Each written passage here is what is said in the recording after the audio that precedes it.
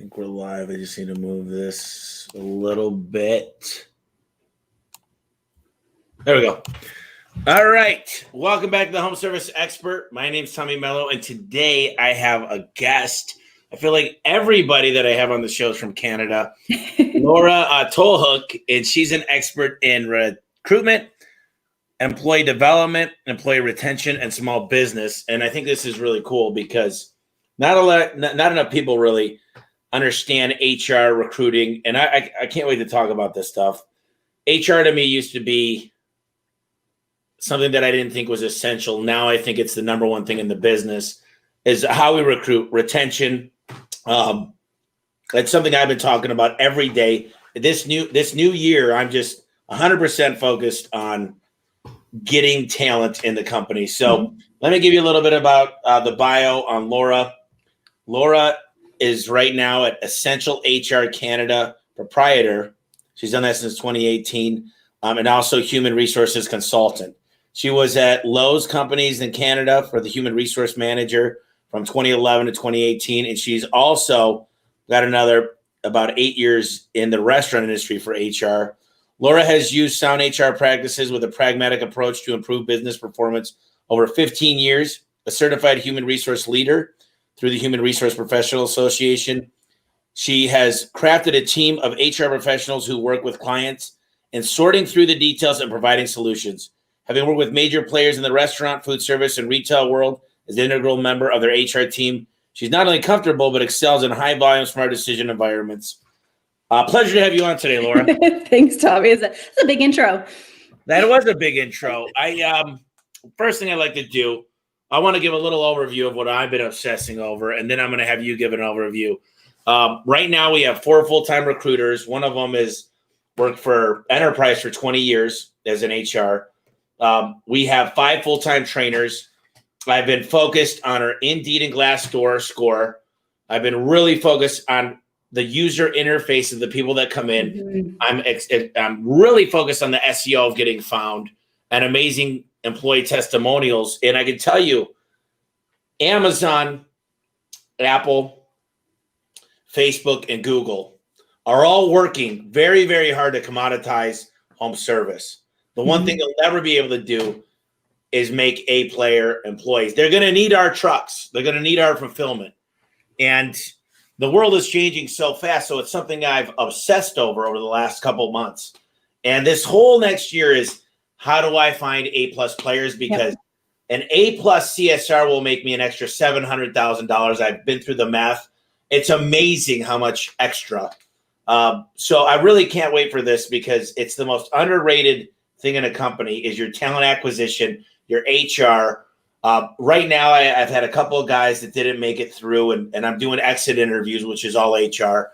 And if anybody's listening right now, I'd love for you guys to introduce yourselves. Feel free to ask questions. This is going to be an amazing podcast. And Laura, I just, you specialize in HR. There's a lot of listeners that can learn from you about the hiring and managing of team members. Let's talk a little bit about how you got started in your career and what's going on in your life. Yeah. So thanks so much for asking, and thanks very much for having me. So Essential HR was really born out of this idea for providing small businesses with flexibility. So probably a lot of your listeners and the people joining are thinking HR, like, well, it's just me and 5 other people. Like, why do I need HR? Or I don't have 150 people in my store like Lowe's, or I don't have 1,000 people on my payroll like, the company on the street. I don't need HR. And what I found is I've worked for those big companies. I've, seen them spend hundreds upon thousands of dollars on big HR programs. And now I get the opportunity to take everything we've learned in those big companies and all the money they spent on, the specialist of the specialist of the specialist, and figure out, what does this mean for small business and how can we make this work for small business? So I grew up, my father has a small business. He's an elevator contract and maintenance company. And he grew from when I was, just a kid, him and another guy, to now they have 50 people with 40 on the road. So I get the tenacity, and I understand, and I'm so inspired by the passion of small business owners. So coming from these big businesses, I realized I was getting phone calls and emails and from friends and family saying, hey, Laura, what do I do about this? And what should I do about this? And talking to my own father. And he says, where should we go from here on this situation? And I thought, just because you're considered a small business of 50 or 5 doesn't mean that you don't have questions that, the wrong answers could take money out of your pocketbook or eat up your time. As we know, people's situations eat up time like nothing else in the business. Yeah. Or maybe it's causing you to, sleep less at night because of these emotional and mentally exhausting situations. So I thought I want to take what I know from these big organizations and really customize it to small businesses because they need the help as well. And how can we do that? Because a lot of small businesses, they don't need a full-time HR person on the payroll. If you have 20 people or if you have 12 people, you definitely don't need a full-time HR person on your payroll. But what you probably do need is the support of somebody who can get you in the right direction as quickly as possible so that you can focus on growing and scaling your business rather than on the minutia of certain projects or certain problems that can just eat away at that time. Yeah, there's a lot of things that, I've not been involved in HR as much as I am now. And I can tell you that we've had several things where we've had to go under rulings that basically nothing too major, but just unemployment and things. Mm-hmm. And to be very, we've got a whole filing system. We've got all these sign off and how we hire. And we've got these letters that we give to the employees, what our promises are. I literally was upstairs giving a 2-hour lecture to the 27 people that just flew in yesterday. And I said, the one thing I can tell you is, I take responsibility. If there's sexual harassment, it falls on me. If there's sensitivity or gender related, or maybe it's because if a person is gay or whatever it is, it's all falls on me. And I said I take it personally. If we fail, if you get in a car accident, I didn't train you enough. The insurance company doesn't go to you; they come to us. Mm-hmm. And there's so many things that slip through the cracks in HR. I love the hiring aspect of the HR side. I love the culture side of it. Mm-hmm. There's so many rules. You got to have these posters in the hallway. You need to make sure you're paying correctly on overtime. And these are the things that really catch up to small companies as they get bigger. And anybody that's listening right now, I can't stress enough how important a podcast like this is, especially 2021, COVID-related issues, people calling off for work because of COVID-related, and there's all this minutia and laws and quick things that are changing that I think you need somebody like you to be involved. Yeah, absolutely. And sometimes what might take somebody 3 to 4 hours to think through a problem, we've dealt with it. We've dealt with hundreds of problems, maybe not exactly, but similar. And it's not exhausting for us because that's what we do. In the same sense that I could never go in and try to fix somebody's HVAC. I'd look at it and say, fantastic. I don't know what to do, but I know how to get you through a workplace accident and get through the administration like that. I can't give you a lecture on how to get a washing machine back running, but I can give you a lecture on how to produce a recruitment workflow that's going to give you a great return on what your employer brand is. So we all have our niches, and we all have our areas of expertise. And in the same sense that I wouldn't, be doing my own accounting at the end of the day, because that's not my expertise. I go to somebody else for that. So I think there's this idea that when you're a small business owner, you have to take it all on. And sometimes, depending on the situation, you might, but when you have the opportunity to decrease the risk in your business and increase the efficiency of your team, I think that's definitely an area that people want to keep looking at. There's so many things I want to talk about. I kind of want to save the best for the last. But we'll generally go over. So tell us a little bit about Essential HR and the services that you provide. Yeah. So like I said, we primarily focus on businesses with 5 to 50 people. Small business is our forte and it's our passion. So we help people or help businesses in 2 ways. The first is our HR relief program, which starts at 5 hours a month. It's a retainer essentially, but what we call it HR relief because that's what we're providing. We're providing, more money in your pocket, more time in your day and more sleep at night when you don't have to deal with those stressful situations that come up in your workplace. So the HR Relief Program is our signature program, but we also do project work. So recruitment projects, onboarding projects, compensation, and making sure that your organization is set up for success and you have full trust in your compensation program, how you pay people and why you pay them and when you pay them. And then as well as performance management. So how do you go about making sure that your employees are developing rather than just getting upset that, nobody's doing things and differently than they did last year and you're not moving forward with that progression? So those are the two ways that Essential HR helps. We have a team of amazing individuals who keep this business going and who work with our small business owners and managers. It's so good to get started early. All I can tell you is a lot of people play catch up. I want to hear more a little bit about. I teach a lot on compensation programs, and I've done a lot of research on performance pay, and I'm probably going to come out with a whole thing on how to teach people how to build what matters in a compensation program. Mm-hmm. And you got this big aspect, and I don't really have this, but hourly versus a salary. I much prefer a performance pay that pays more than an hourly rate, but it also doesn't incentivize a person to stay on that's not a high performer. Mm-hmm. So, like, for example, I pay minimum wage to my CSRs and the key word here is or performance pay.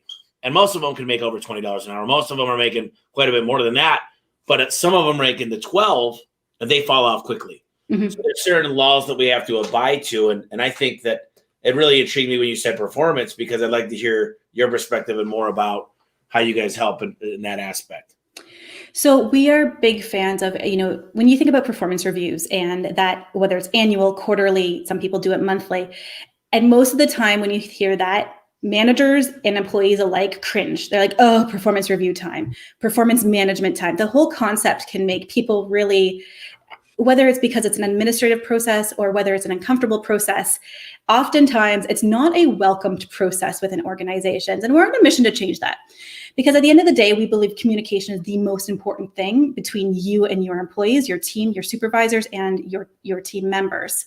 Because without that communication, everything falls apart. You can say you need to have great HR programs. At the end of the day, I say HR programs are communication. Yeah. It's really the baseline for everything we do is making sure that there's two-way communication. So when we talk about performance programs, and a lot of people take, a performance review, for lack of a better term, and they do it annually or biannually. And all you do is look back at what an individual has done. And let's be honest, most of us don't have enough brain capacity to remember what somebody did a year ago. So we're either only managing the most recent, or we've forgotten about everything they've done most recently. And we're looking at that big mistake that happened a year ago that really, at the end of the day, if we didn't deal with it then, we should be moving on. So I like to think of performance as more of a development program than a looking back. So yeah, let's deal with things as they happen in the moment. If there is a big screw up and we have a training opportunity and we need to bring to the attention of somebody so that they could better develop their skills, let's do that in the moment. Let's not do that 8 months later. And let's take that performance program and let's look at that as a goal setting and succession and development program so that our business is moving forward because our employees are moving forward. So development is, I love that. So ongoing training. And now that I've got it, we're really putting a lot of time, effort, and energy into an LMS. And we're using Absorb for that. And it's a pretty good program. And we could push things. We're using Paylocity, which we're able to push. What I love is with our manuals, with our everything we're working on, I could push signatures. So as we update things, I can update the signatures and initials and things of that nature. But, the worst thing about those annual reviews is people expect tenure. It's just an old way of thinking, but they expect, I've been here a year, I should get a raise. Yeah. And I refuse to give people that. And we're doing good, everybody else should. And I'm like, no, we should have the winners be making a lot more money. I'd rather have the people that are working nights, weekends, giving their blood, sweat, and tears. But then again, there's activity, there's productivity. So some people work a ton of hours. So I try to really push the more money And then there's this really good thing, and I've been reading a lot of books about this, is money's great. Everybody needs money. Laura, you know, you and I both need money to pay our bills, but when you give somebody to a Dave Ramsey program, or allow them to go to a great trainer, or you buy them a tennis shoes because they're a runner, and every time they look down at their shoes, you know, I'm learning about, we should not always give money. Yeah. There should be so much more to it. Time, there should be, you know, and I've got this book, The 7 Languages, in the workplace or whatever. Oh yeah, the 4 languages of motivation within the workplace. Yeah, that's what it is. And anyways, Gary Chapman, I think. What's that? Gary Chapman? I don't know. This one is Gary Chapman and Paul White. Yeah, 5. Great 5 love languages in the workplace. Yeah. Great book. And it's really understanding that stuff and knowing what to do. But I feel like, you know, one of the things is we didn't have a Christmas party because of COVID. Mm-hmm. And I gave everybody $50. I think 2 people said thank you out of 300. I wish I got them a nice A1 jacket, a real present. I said, guys, we didn't do a Christmas party, but we bought you guys a couple mugs and a really nice jacket and some mittens or whatever. Not mittens, but gloves. Because that would have gone so much further hindsight. I thought a lot about it, and that was a mistake. But why not gifts all year round and have this gamification? Tell me a little bit about gamification, because that's one thing that I love. Right? Yeah. So I'll give you an example of a client that has put in a great program. So they have about 40 people on their team, and there's always somebody who needs something, right? Like there's always somebody who's maybe going through a rough time that even the team members know before the upper level management hear about it. So they have this kind of employee rewards program where everybody is given, I think it's $5 a month. And at the end of the month, they can give it to whoever they want. And sometimes it all goes towards one person whose family is having a difficult time. That person just, came home with $200. Maybe it's to a coworker as a thank you for whatever it might be. But they have this constant movement of dollars throughout their whole system. Because I don't know about you, but I've been in a lot of organizations where we try to have this referral program or this motivational back and forth between colleagues and between supervisors. And it works for a few months and then it dies out. So whether it's a board with, thanks, and everybody writes their thank you notes, and it's great when it's working, but oftentimes it doesn't have the sustainability that we would want it to. And this has worked really well for them in terms of keeping it sustainable, because at the end of the day, it's actual cold hard cash. And it doesn't cost them very much. It costs them the app that they use to do it, and it costs them about $200. But it's a great way to give that back and forth, and it is a sort of gamification of how we look at other people, the engagement between our teams. The more HR falls into culture, and the more we give back, the more we communicate. Every single day before the PPP money, I was emailing every single employee about where we were at, how we were handling it. You mentioned something really good that I want to kind of touch on is standard operating procedures that they last and then they fall off. Performance pay sounds great until the manager doesn't get it right. And I feel like just as long as you take to build a process, you need to know how you're going to inspect the process and make sure it's being done for longevity. And I think when I build a process or standard operating procedure or determine a KPI, I spend about 3 times longer determining how I'm going to manage that. Yep. And another thing is how I'm going to manage it for the least amount of my time. Let's say it costs me an extra $500 a week, but it takes me 10 hours. I make a lot more than $50 an hour. So, and that's not to sound cocky, but I know how much my time is worth. Yep. So I'm looking at how I could have checks and balances with the least amount of my time. And if that's hiring a VA, if that's hiring, right now we're getting involved in hiring a senior data analyst to come up with a lot of processes, because I believe everybody should know where they're at a moment's notice too, like a bar chart. Boom. These are the KPIs. For example, right now for our technicians, we're looking at driving, reviews, air report, off hours, attendance. Sales is important. I hate to say it, but we do. when you leave with zeros and don't do, convert jobs, it counts. But all these things need to be rated in a way that they can't go home to their wife or husband and say, you're going to have to pull out your calculator for this one. Yeah. So I think this is the number one question I get is, how do you do performance? And I love what you said about development, because so often we don't want to invest in development or sensitivity training or whatever it might be for your company. And I think that when people stop looking at that as an expense and start looking at it as an investment in their people, and training is a very, very good investment if you plan on keeping people, it completely changes the paradigm of how we think. So what other advice could you give on ideas about forward thinking instead of past thinking, and more on that development side? Yeah. So from a development standpoint, we talk about training and we think of it as classroom. And, in the age of COVID, I don't know about you, but I've, kind of waved away from formal training, because I think sometimes classroom training is a lot better than virtual training. So what else can we do where we don't want to necessarily, spend $5,000 to put somebody in front of a computer for 3 hours when we know the experience in the class is so much more valuable?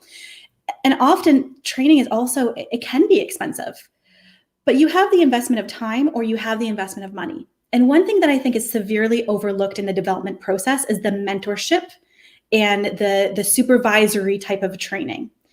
So somebody can invest in you from a training standpoint, send you to a 2-day, a 5-day great training. And that's going to take some effort. It takes their time. You appreciate it, but it's often forgotten. When you invest in somebody from a mentorship capability, what that does is it increases the loyalty to that supervisor or that mentor, and it increases the loyalty to the company. So yeah, we love great training, but we forget about the knowledge that we have within our own company. And I'm going to be honest with you, investing in somebody from a mentorship capacity actually is more difficult than just sending them away for training. But the rewards of it, from the loyalty, from the engagement, from the relationship that happens because of that, have such a greater increase than, just paying somebody else to teach your individual. There's some things that you'll need to pay somebody else for, but I think we forget about that interaction between our supervisors and our team members. I just made a note to myself, because pretty much my best ideas come when I'm in a podcast. I've got a field supervisor program that's designed to increase sales, and they each take on, this is a small piece of the program, but they each take on 3 guys a month, and we really give them a lot of the data. How long does it take them to do a job? How fast are they a service type? How often are they converting a service call to a door sale? All these different KPIs. And the one thing I didn't think about is what's in it for them. I mean, obviously their sales go up, which it directly helps them, but you got to ask yourself, from anybody's perspective that you're giving these to, is with them, what's in it for me? Mm-hmm. And I don't feel like I do that enough. I don't feel like most owners and a lot of managers say, this helps the whole company. Laura, this helps all of us. You should just want this. Yeah. Well, I don't. You guys just pack on a bunch of crap every single year to make us do more. And you just expect us to just, it'll help all of us, so it'll help you. Where I feel like it should be much more, really, this is going to help you exactly this way personally. Yeah. And of course, the business. And we're missing that piece of it. And I think when you think about mentorship from a small business perspective, let's be honest, a business with 7 people is competing for the same top talent as a business with 700. And a lot of times small businesses, they're like, well, what do I have to offer? How do I compete with those big guys? Let me tell you, the relationships that are happening in small businesses hold a heck of a lot more weight than the carrot that the big businesses are dangling. And so one of the unique selling features, one of the part of your employer brand as a small business, is what you give to your employees personally. That ability for them to see you as you are, for you to train them. And that relationship is such a selling feature that we underrate as organizations. We don't take that into account when we're selling ourselves to new hires. That's important, because now you're digging in. I was going to save this for the end, but I'm going to dig in. Sorry. I love talking about new talent and being a talent acquisition, because right now I feel like is the best time to ever be recruiting. because job boards have a whole new talent pool of restaurants, hotels, places that they're leaving because all of a sudden they were deemed non-essential. So right now they say don't be hiring from a job board because it's typically either, unless they just moved here, you're definitely not getting the top of the top. Maybe it's somebody that's already disgruntled and they quit or they've been fired. But right now is the best time. But I just feel like the future of your company depends on hiring people that are better than you or will help to make you a better company. Whether that's managers, whether that's CSRs. We just hired a full-time cleaning person, janitorial staff, and she takes care of all the apartments. She takes care of the building. And I was doing the math about a month ago, and I said, we're paying the cleaning lady $65 an apartment. We're paying her $300 a week to clean this place. You add it up, I'm better off hiring a full-time employee and having them here all the time.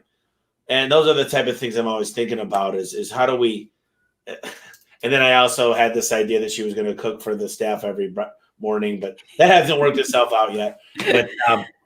But anyways, I love talking about the hiring because we're at a very pivotal time. I think everybody really is with COVID and everything that's kind of happened this past year. And I just would like to hear your perspective on what's the best way to build a pipeline. Everybody asks me, how do you find good employees? I'm like, you don't spend $20 on Craigslist once a year. They think you just, it's, you know, I'm going to invest true numbers over $1 million this year, not including my trainers, not including my recruiters, between Indeed, a ton on Facebook, a couple other job boards, between the $1,500 I give per employee. I'm rolling out $500 referral to anybody outside of the company. I'm going to spend a lot on SEO, link building to work for A1. We're going to be, when you add it all up, it really came out to $1 million. And I added all these different aspects to it. And I said, you know, I don't care because one top performer, one great CSR will make us $1 million. Yeah. When you really think you got to, the whole paradigm changes. But tell me a little bit about the cycle on how you set up a good program to get A+.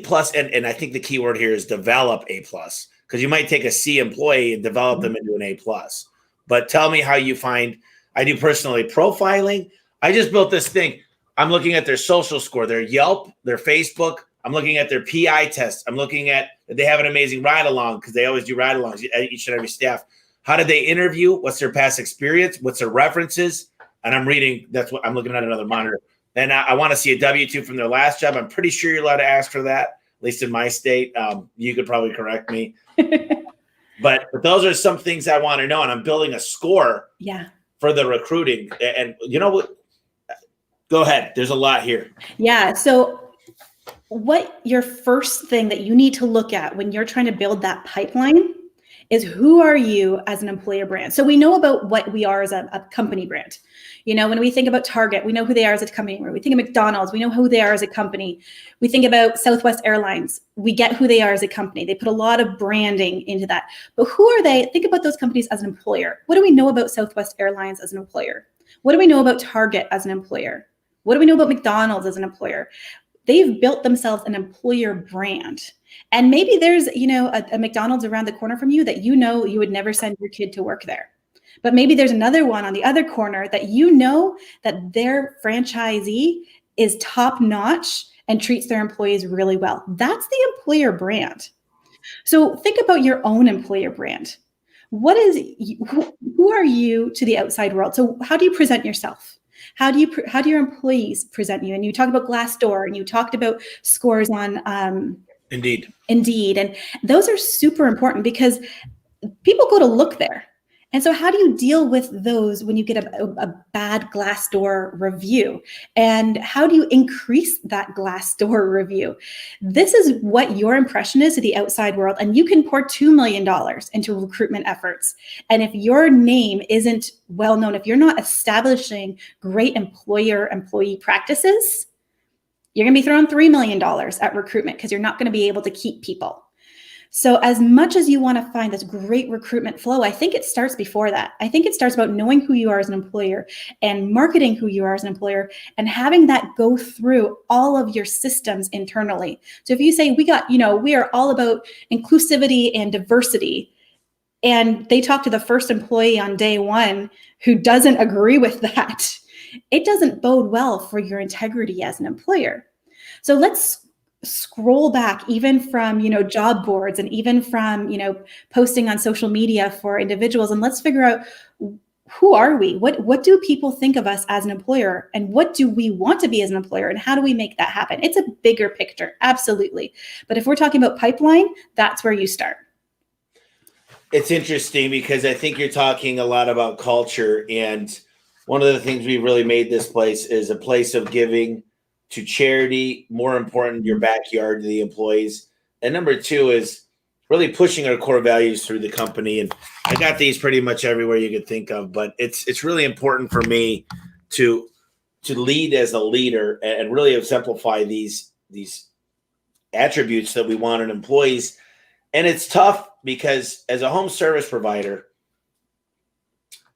we need safe driving. We need sales or we don't pay the bills.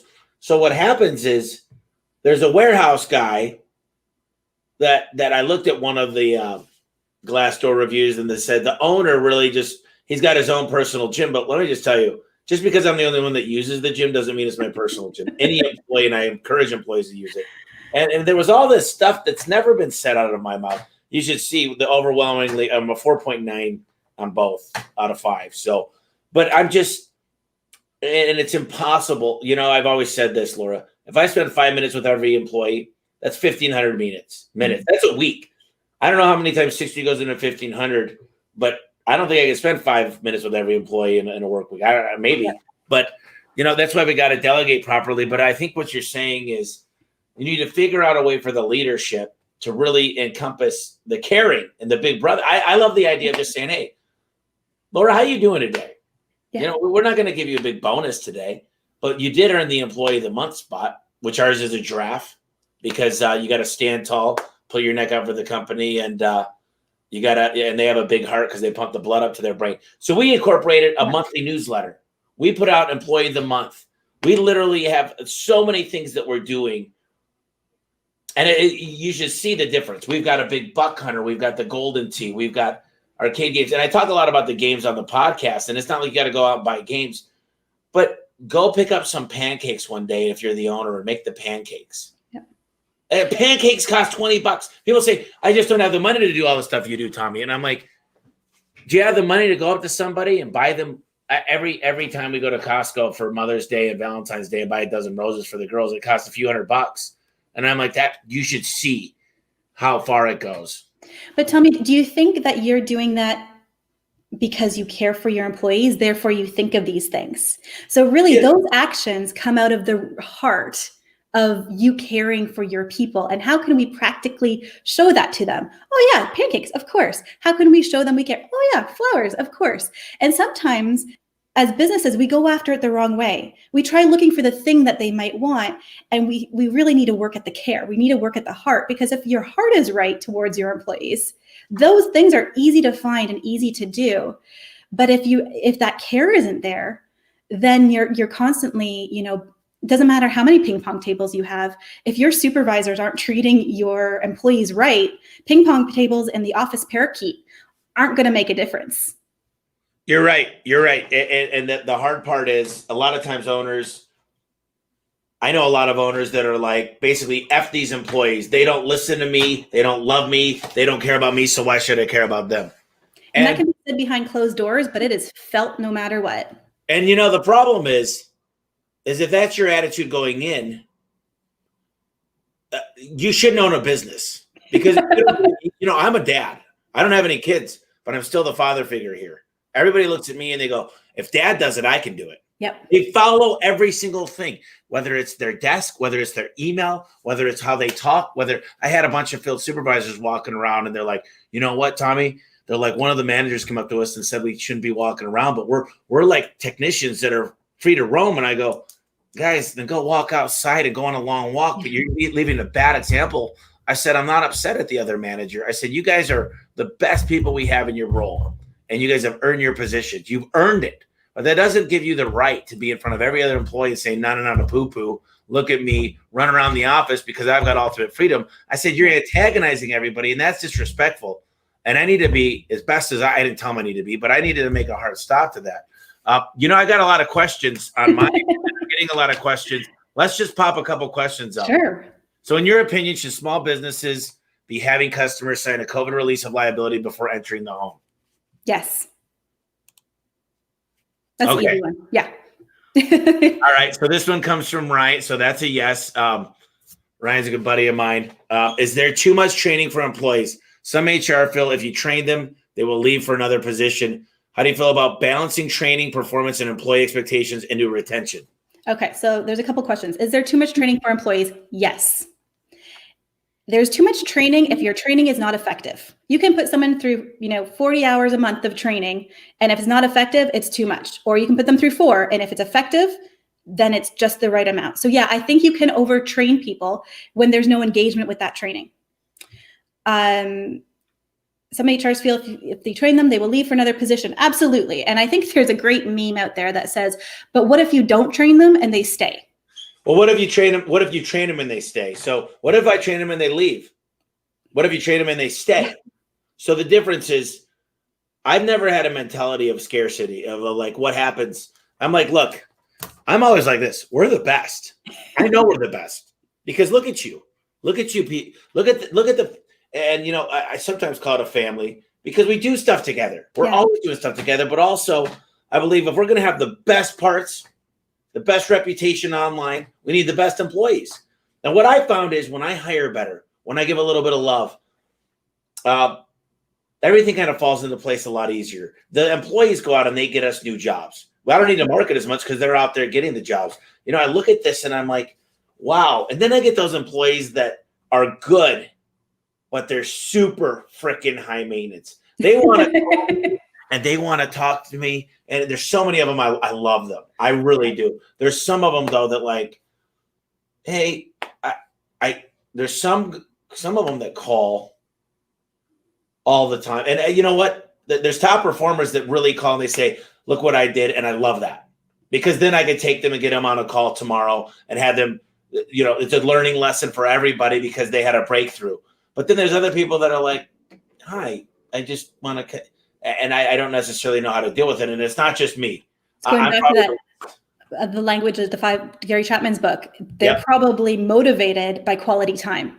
Yep. And that phone call for them makes a heck of a lot more difference to them than if, you just said, hey, great job. That wouldn't make a difference. The time you give them makes the difference in that motivation for them. And this is the hard part is you got to understand. I mean, when I was a 5-person company, I was spending quality time with everybody. Absolutely. But now I'm like, dude, I need some quality time with myself. but I got a few more here. Then we'll go back to some of these. And this is super, super beneficial. I love this new platform that we're working on right now through StreamYard because it's super cool. Oh, hold on. Let's do this one. So Jennifer said, she's a new company with no reputation. How do I find employees? So you got to figure out what you want your reputation to be.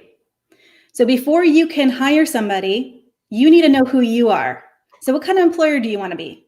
What do you want to be known for? What type of a manager do you want to be? Figure out who you are. So give us some examples. Yeah. So I think Starbucks has a really good, but there's no right or wrong answer. I don't think you don't want to be the asshole employer, but you might want to be the one that has the most fun. You might want to be the one that pays the most. You might want to be the one that has. What are some examples of different characters you can make your company in the background? Yeah, so I'll tell you a little bit about Essential HR.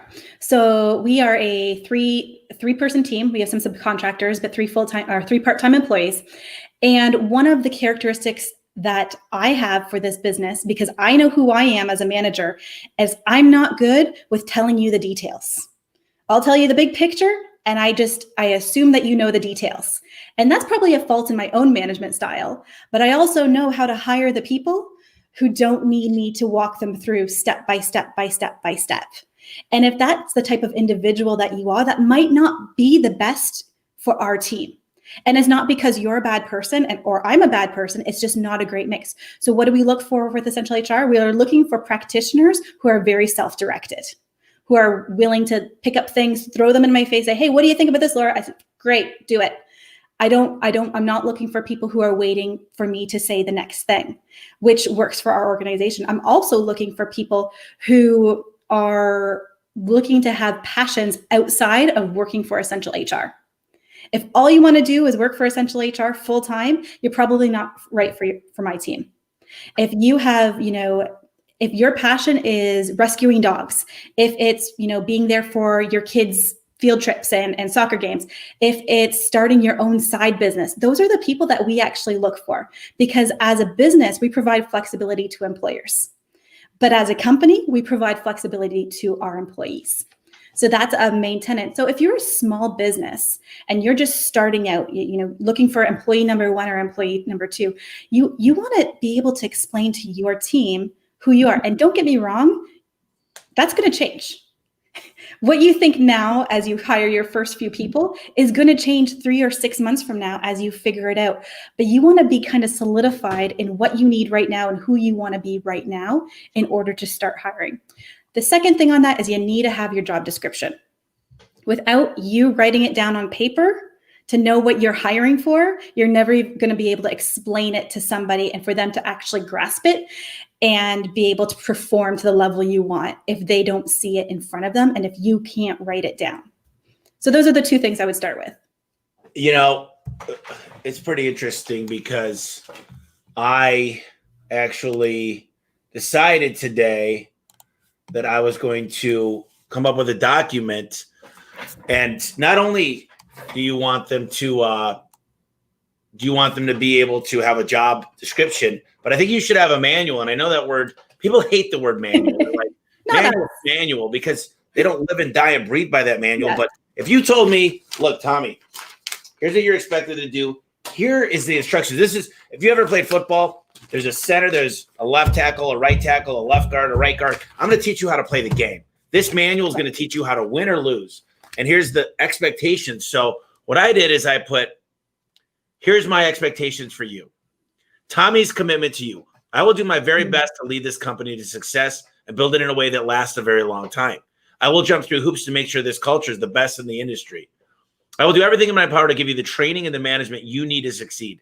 I will give you ride-along opportunities, morning mojo calls, field supervisors that care and are passionate through their leadership for you to be successful. And I want you to be successful in capital letters, and I'm going to give you every bullet that I have to make sure you are. That's my commitment to you, and I initialed every one of those, and I signed the bottom of it when I hired these new 27 people upstairs. And I think it's important because that's my commitment to them. Yeah. Not that I have them. I had some commitments for them, too, because when they got to sign off, they not only have to sign up on their manuals, it's all in Paylocity, but I wanted them to take a pen, an ink pen. I don't know what it is about signing on these new, and we all got to do it with, we hit these little buttons and it automatically, and I'm like, tch. But man, when you got to pull out a pen and you're actually like, what the hell am I signing here? Hold on. It's a completely different feeling for paper. So it's one of the things that I decided I was going to do today. And I'm going to make these, I'm going to bring it out every day. I'm going to be like, just remember you signed this. Remember you signed it. Remember I signed it. Hold me accountable because I'm going to hold you accountable. You can frame them all and put them in their spaces so they see it in front of them every day. Here's the thing. I've got our core values. When you open up the van or the truck, you see it. And the reason I'm bringing up these employees is because we've got a 2-to-1 relationship, and it's going to be a 3-to-1 of people out there working in the field versus what we have internally. So it's the larger percentage, but every employee counts. These are such good questions. Like the fact that the people on here asking them, I just got to go through more of it. Maintaining good quality team members, giving them reason to feel connected through relationships with their managers is a great focus. Spending money to get good people needs to be the start. Keeping them connected, build morals or morale. I think this whole comment, there's one thing I've noticed is giving PTO, giving employees more. The millennials are attracted to have they want to know how they're doing. They want some more benefits. Mm-hmm. They're not as concerned with the highest paid wages. but they still want to make a good living. But they'll live in a tiny house now. Some of them want to live in like a Volkswagen Bug. I don't know. It's crazy. But I really understood now going through business is giving them more things that are material in their brains that could actually assign a value to it. And then as I've been more successful, I've never realized the quality of managers and CSRs and dispatchers I can get by spending a little bit more. Mm-hmm. And I'm very fortunate in that aspect because the quality, the less babysitting, the more what you said, reading between the lines and not having to, delegate every freaking little thing. What my brother-in-law said, Tommy, you could hire somebody, a data scientist in India. The problem you don't want to, and I'll get you 5 of them at $35,000 a year. But they don't understand how to communicate properly. And you got to tell them every single thing. I remember I got software built 8 years ago and they built the login for it, but it didn't say forget my password. Like, well, you didn't tell us that. And I said, well, this is kind of common sense, but delegation is sometimes not common sense. Is it better to get mind leaders under you or people that can prove that they can adhere to the systems in place? Oh, do we only have 2 options? I think you need to surround yourself with people who challenge you in an environment that's full of respect. So candor is a wonderful thing amongst a leadership team, but that has to be good in respect. So I don't know if there's a right or a wrong answer. I feel like 2 options isn't enough. I don't know. What do you take on that? Well, you definitely want to surround, I think when you're a small company, there's 4 or 5 people, you got to be the mind leader. When it starts to expand, there should be no more than 5 direct reports. If you expect the owner to communicate with every single person, that's why there's a chain of command. We've got a pretty decent org chart. And, I think a lot of people, they don't understand when you're building a company that when you start, if I had to talk to every single CSR, dispatcher, technician, door salesman, product specialist, the marketing companies we work with, and it goes on and on. Yeah. I had to deal with 4 customers today. I had to deal with one, my neighbor's brother. The thing is, when you really think about it, we have 9,000 customers a month. Mm-hmm. So I think you need to definitely need to get some really good people that have their own ideas to run departments and be team leads as you grow a business, because it's impossible. I had to cut my last meeting short. I didn't get enough time, so I got to go finish this up with them tomorrow. I have the book club with my managers half an hour every other day, and I only got to do it for 20 minutes today. And then she gave me my lunch today, which is only halfway. So I'm still hungry. But the point is, you need mind leaders that can handle some of this stuff for you. So I do think that there's more than one answer to that. Here's one. Remote markets don't get enough Tommy time. How do you create some more Tommy time? I think for me, I understand that question. I think the problem is they get some on Thursdays. It's just impossible. I think with what we're doing right now and maybe having a podcast for the employees and having them come in and ask questions is the best way to solve that.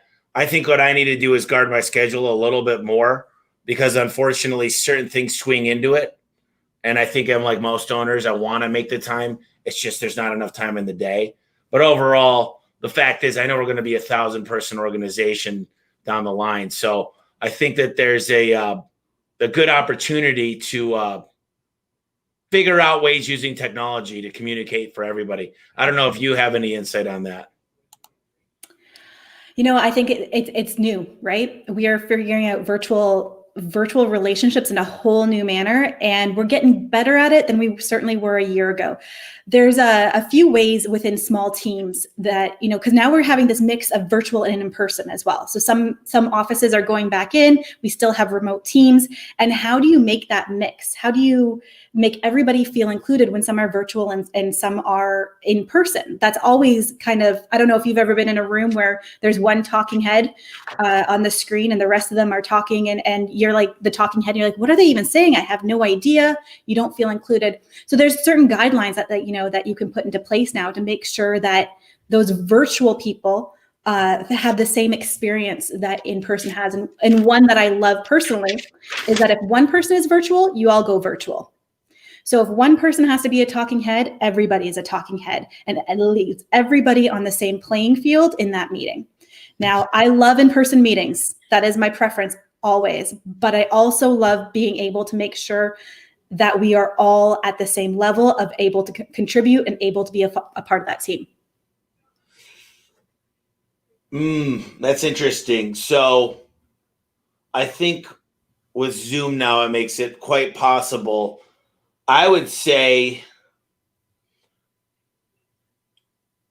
I think there's a certain goal that I have of as many people making it live to the meeting in their markets as possible. I do think the human interaction, although there's Zoom meetings where the people have a meeting afterwards, and I think it's important that they're there. If I could have everybody in the same room, there's that much energy. Yes. It's but right now we live in a COVID environment that's a bunch of shit, and I don't like it. And there's a lot of sacrifice we've had to make as human beings in general throughout the world. But overall, I do have to say that the technology, I wrote down on here, StreamYard as an investment, because this is so cool. And it's the little things in front of you. Warren Buffett says, make sure you understand your investments. Yeah. I understand this one perfectly. I just brought questions through here. And, I'm starting I take my personal money because I live on a very low budget. And I can take some of my personal money and put it into investments. But I put everything I have pretty much still back into the company. I just don't want to take some personal money that I want to have a little bit of real estate and little other things, because I love the chance of growing A1, but I make a good salary and I want to put some of that money into a retirement account and other things. But as far as I think that's a big mistake, is so many people take big amounts of money. They invest in all these other things. They invest in other homes. They invest in other businesses. They invest in the stock market. They invest in crypto and everything else. And all of a sudden, they don't have much left for their own business, right? Yeah. That's just an observation. Let's get through some more here of your questions. So I feel like we got some really good ones already. Why don't we talk a little bit about putting systems in place with software? What softwares do you believe in? I don't prescribe to one or another. I believe in efficiency. And so your software has to provide that efficiency. So I've researched so many different types of HR softwares, and I can't say one is the golden one, because if you are a team under 20, we're going to probably suggest A, B, or C. If you're a team over 100, we're going to suggest D, E, and F. So I can't say one or another is great, but one thing you do need to do is get off of your Excel spreadsheets and get that stuff automated into a software program.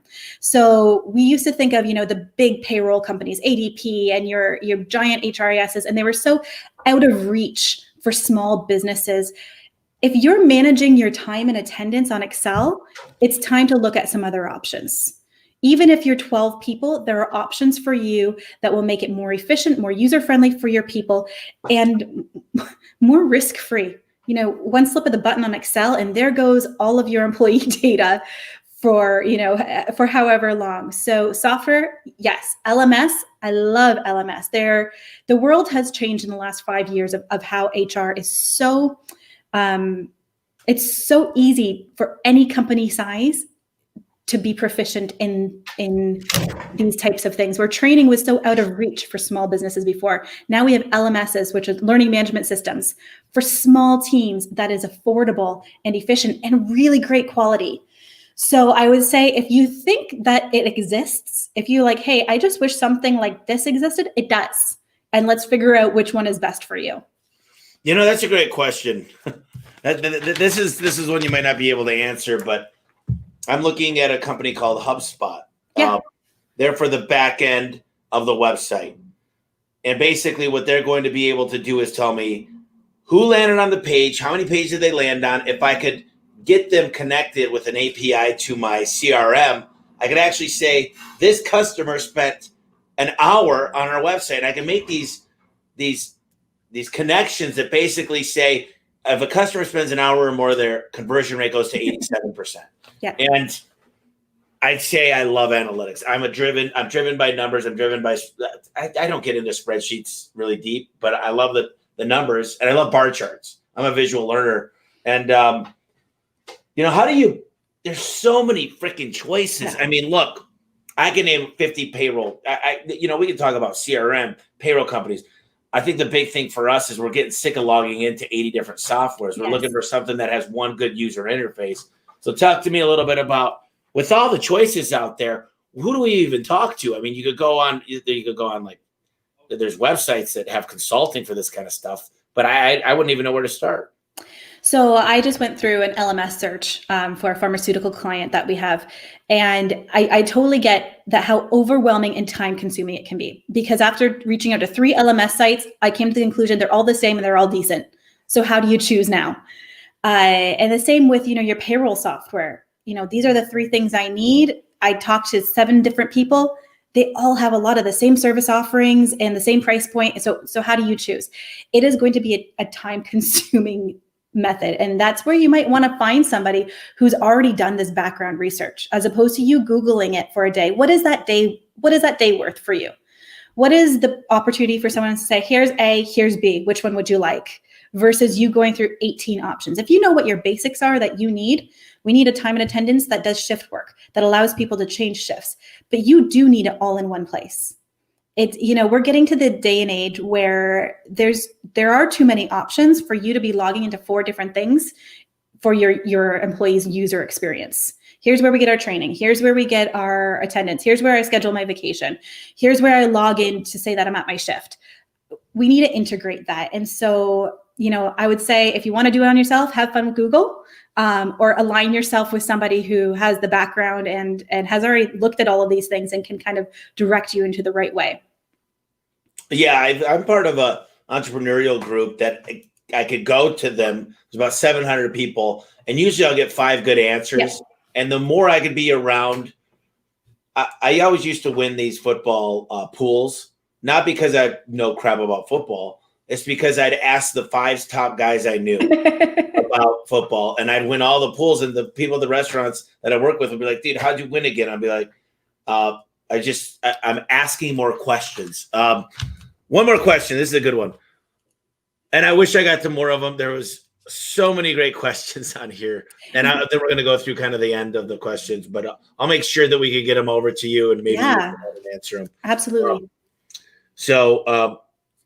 How should one start a tough conversation? There's a good book. I have it on my shelf. It's called, I think it's called Tough Conversations. Mm-hmm. But I feel like a lot of people, there's so many damn books now. I feel like some people, they really avoid the tough conversation. Yeah. And I'm not the first person to jump into a conversation that I don't think is going to have a good outcome, because, it's almost like wasting time. Maybe it's like, unless I could get through, I could talk to someone about sales till they're blue in the face. But if it's, at what point do you decide to have a tough conversation? Do you feel like, and how do you get through? Yeah. And I mean, the word tough can be a variety. It could be, some people would call it a tough conversation to tell somebody about body odor. Another, it's a performance issue for maybe an employee that you really like, or a performance issue for an employee that you don't really like. Tough can be, dealing with an attendance issue with somebody who is struggling on a personal side. There's so many tough conversations. So the first thing I would say is that you need to look at that conversation and say, if I were them, how would I want to be approached? And I think you got to take that also with a grain of salt. Because if you're a person who said, I just want you to beat it into me, if that's it, that might not be the right approach for the person you're going to speak to. But I'd always say somebody you had to have a tough conversation about, a hygiene issue, which, in terms of tough conversations, that might be low on the scale. But if that were me, if someone had to have a conversation with me about hygiene, how would I want to be approached? How would I want them to sit down and start talking about how's the family? How was your holiday season? No, I'd want them to tell me and then let me go home. So I'm like, dude, you smell. Hey, your breath is kicking like Bruce Lee. Yeah. So I think when it comes to those types of tough conversations, I think you have to take that type of, how would I want to be done? Would I want somebody to pansy around the issue before actually telling me, or would I want to just get it done with? The same with a performance issue. If you have to deal with a difficult performance issue with one of your team members, the best thing to do is, have you ever heard of like the whole sandwich, the conversation? You know, the positive feedback, negative feedback. Yeah. Well, I hate the sandwich. I hate the sandwich. Shoes not nice. Your belt's okay, but tuck in your shirt. Yeah. Yeah, no, I hate the sandwich. Sandwich doesn't work. At the end of the day, when you've had enough tough conversations about performance issues, you realize that sandwiching bad feedback, nobody hears the middle. All they hear is the belt was great and your shoes are fantastic. The whole part where, customers are asking you not to show up back at their homes again and your KPIs are falling through the floor wasn't heard. All they heard was belt and shoes. So when you have those tough performance conversations, you need to go at it directly. Stop pansying around the issue and have the conversation with the individual directly. Because if you put those brackets around it, all they're going to hear is the brackets. I think what you need to do too is have a regular meeting that's not once a year or once a quarter. Okay. It should be minimum of once a month, and you should have the same exact qualifications, and you should be able to ask, this is your driving score, and no matter what, you're going to get an improvement plan. It's a PIP, performance improvement plan. The question is what factors, and if you're the best, we're going to better your best. Yep. I'm going to set goals for you to improve upon where you were last year and last month and last week and yesterday. Yeah. And I don't think that's asking anything. I'd want the same asked from me. And I think as employees, they don't want to be told, oh yeah, no, you're doing a good job. We don't have any other feedback. You're doing a good job. And this is how we're going to make you great. And sometimes we focus on those poor performers and trying to pull them out, and if, you've been in this long enough, Tommy, that you probably know when you're trying to pull those poor performers out of that poor performance, what is your success rate? I would say, in my opinion, is about 25%. 50 if you're really good at it. You get them out through a mentoring program, which you've discussed, the mentoring and supervision. But I do think that, we were talking earlier, I was talking to my regional manager and I said, we need to get poor performers out quicker. We need them. And he said, well, Tommy, the poor performers fall off. It's just our culture, they fall off. And he said, and I said to him, they do fall off, but I can't, we can't wait a quarter. We don't wait 9 months. Yeah. And I think that's one of the things is by consistently working. And one guy told me he had to be worth $100 million 10 years ago. He said, Tommy, I've never had to fire anybody. I managed the shit out of the producers to where they either say, I'm either going to get better or I'm going to quit. Yep. Because the fact that I got to check in and do this and this and this and this and this, I'm over it. I'm quitting. And I hope and I pray that we provide that environment to where they're like so sick of it. And the thing is, I'd love to be that guy that overmanages. But I'm telling you, I love marketing and I love sales. And to even jump on a call about operations is like, that's why you pay somebody else that salary. We pay a lot of people to handle this stuff. But there's certain things I need to deal with. But ultimately, I love this. But we could have done this for another 2 hours. Probably we should do it another 2 hours one day. We will. It makes me think outside of the box. I've got a lot of great notes. I ask a few questions to kind of wrap us up. Number one, somebody wants to reach out to you. You've got a lot of great insight. You're perfect for a lot of businesses out there. What's the best way to contact you personally? What's the best way to get a hold of your company? Okay. So personally, LinkedIn. You can find me at Laura Tolhoek. You can find the company at Essential HR Canada. And that is the best way to get a hold of me personally and the best way to get a hold of the company. So I've created a download. I know we were thinking about talking about interviews and some great interview questions. So I put some of our favorites together in a download that people can find at essentialhr.ca/home expert. So they can grab that there and that will keep us connected. You'll also get some other resources, the free templates that we create, we send out through there as well. So keep connected with us at essentialhr.ca/home expert, or me personally, reach out directly to me through LinkedIn. Cool. And I always ask 3 favorite books. There's so many good ones out there. Do not say. I can't say Gary Chapman. You can say that one, but don't say the 3. Napoleon Hill. Don't say How to Win Friends and Influence People by Dale Carnegie. Nope. You can Go Rich. Never or read. The Myth, because those are all great, and I love them, and they should get so many accolades. But I'm ready to hear some new ones. All right, so I'm gonna jump back on. You have that Gary Chapman book. It is one of my favorites. I think anybody should read that because it's a simple read. Second one is 3 Signs of a Miserable Job by Patrick Lencioni. His books, I'll be honest with you, I'm not a great reader. You got to keep me pretty engaged in things to keep me engaged. And Patrick Lencioni has done a great job of that. It's novel in its form, so it's a very easy read with great insight. And the third one, I'm going to go with Drive by Pink. Daniel Pink. Yeah. Yep. Took me a while to get through it, but it's still good stuff. I'm going to say this one more time about a book that I read again, and I really paid attention to it, and I'm implementing so many things, is They Ask You Answer by Marcus Sheridan. And it will change the way you look at your marketing. It'll change the way you communicate with your customers. It'll change the way you communicate with your employees. And it's so spot on, but 99.9% of people that are listening will say it's a great idea. I just can't do it right now. It's great. I love the idea. I just don't have the time. I don't have the know-how. I don't have the people. And that's great because I know a lot of garage door guys listen to this. So sorry, guys. Better luck next time. We'll be the industry leader. But anyway, finally, the last thing I ask is we've got to a lot of things. There was a lot of great questions asked, but I wanted to ask you if you wanted to leave the audience with something special, something to think about, something to get going on this new beautiful year of 2021. I'm going to give you the floor for a few minutes and let you take it away. I was thinking back to Joshua's question about leaders, like-minded leaders, and it got me on the thought of your energy influences your business.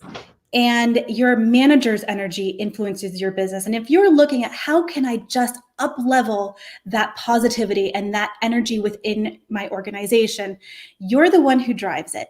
So if you're having a bad day as a business owner, as a manager, and you walk in, people can feel that and you will drain, because of the position of power that you're in, you will drain the energy from other people. But if you walk in despite the fact that you only slept half the night because you're dealing with a problem in the business and, the dog puked before you left the house and the cat got sprayed by a skunk, and you walk in and you take that energy into your business, you will drain all the energy of your team members out with you.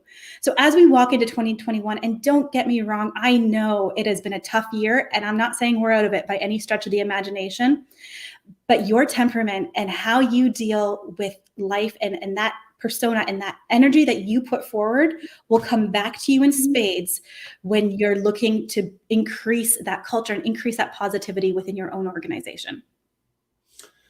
Joanna and Gianni are on this. I want to crop that section out of Laura and let my whole team listen to it because I think you're spot on. And this podcast isn't about you guys learning. It's about you guys executing. It's about taking these thoughts and moving them into action. And it's impossible for me to write everything I wrote down to put it all into action one time. But I love it because I get to ask the questions I want. And hopefully there's other people out there. And we got to ask a lot of great questions. I'm like, look, I'm putting my arm out there. Like, there's so many good ones. But Laura, I got to tell you, I think this is super cool that you came on. You talked a lot. HR usually seems to be a bad word. They're like, ooh, HR. And I think it's changing. It's morphing. I think we should call it something else. We should call it RH. Resources for humans or something, because it does got a bad connotation and it's got this thing that people just want to stay away from, and minimum wage and pay structures and lawyers. And I think, wow, hiring great people, great culture, making sure employees enjoy their lives and you're increasing value for their families. Yeah. It really is. It really is. My goal is to become a better CEO. I think I do a great job of being a good marketer. I think I do a great job of figuring out funnels to hire people, train them. but being a good, and maybe I'm not, maybe I just need to realize, maybe one day I'll turn it over to another CEO. I think I am the role model. I think I am when I say role model, I'm passionate. I'm excited. I talk and I'm like, boom, but I'm not everything for everybody. And I know, I talked to my brother-in-law, and I'll kind of end it here and let you say a few more words. My brother-in-law says the CEO is the guy that's shaking hands. They're doing the external things. The CFO and the COO, they're the guys that are in there every day. Mm-hmm. They're the guys in there figuring out ways to do systems. They're in their SOPs, KPIs. They're there working on the UI, everything like that. And you should be figuring out ways to get investors to come in. You should be handing out the trophies to employees, having a speech during the Christmas parties. Those are the things that the CEO does. And it's very interesting to look at it from that aspect, because I'm down for that. But anyways, you had a lot of great things. Laura, do you want to wrap us up here? Yeah. So I'm just going to say back, when you're looking for somebody to be your HR outsource, you need to find that person who you want to call at 7:30 on a Thursday evening just to run something by. You need to find that person in your own business who is your confidant, who is your support person, because at the end of the day, as CEOs, as business owners, we don't have all the right answers, but we need to find the people who we can rely on, who we trust, and who we actually want to have a relationship with. Who a lot of, like you said, HR gets a bad rap. At the end of the day, you want your HR person to be the same person that you're okay to go get a beer with at the end of the day. That's the relationship you want to have. Somebody who is like, listen, this is what your risk is going to be, but do it in a way that builds that relationship with you and helps you up-level your business. That's so great. Please don't be afraid of HR. I've had a beer with my HR girl. Soon we'll have patio season again, right? Yeah. Well, listen, you should definitely reach out to Laura. If you guys have not thought about the rules, regulations, that's just a piece of it. Some type of wrapping around of the driving record. You got to make sure that you're creating a fair work environment for everybody. But these are things you don't realize until they hit you in the back of the head. Yeah. And I just would say be proactive rather than reactive. And Laura, great work. Great job. Thanks for coming on. And we'll do it again soon. Awesome. Thanks so much, Tommy. It was so much fun. All right, Laura, we'll be in touch. See you later.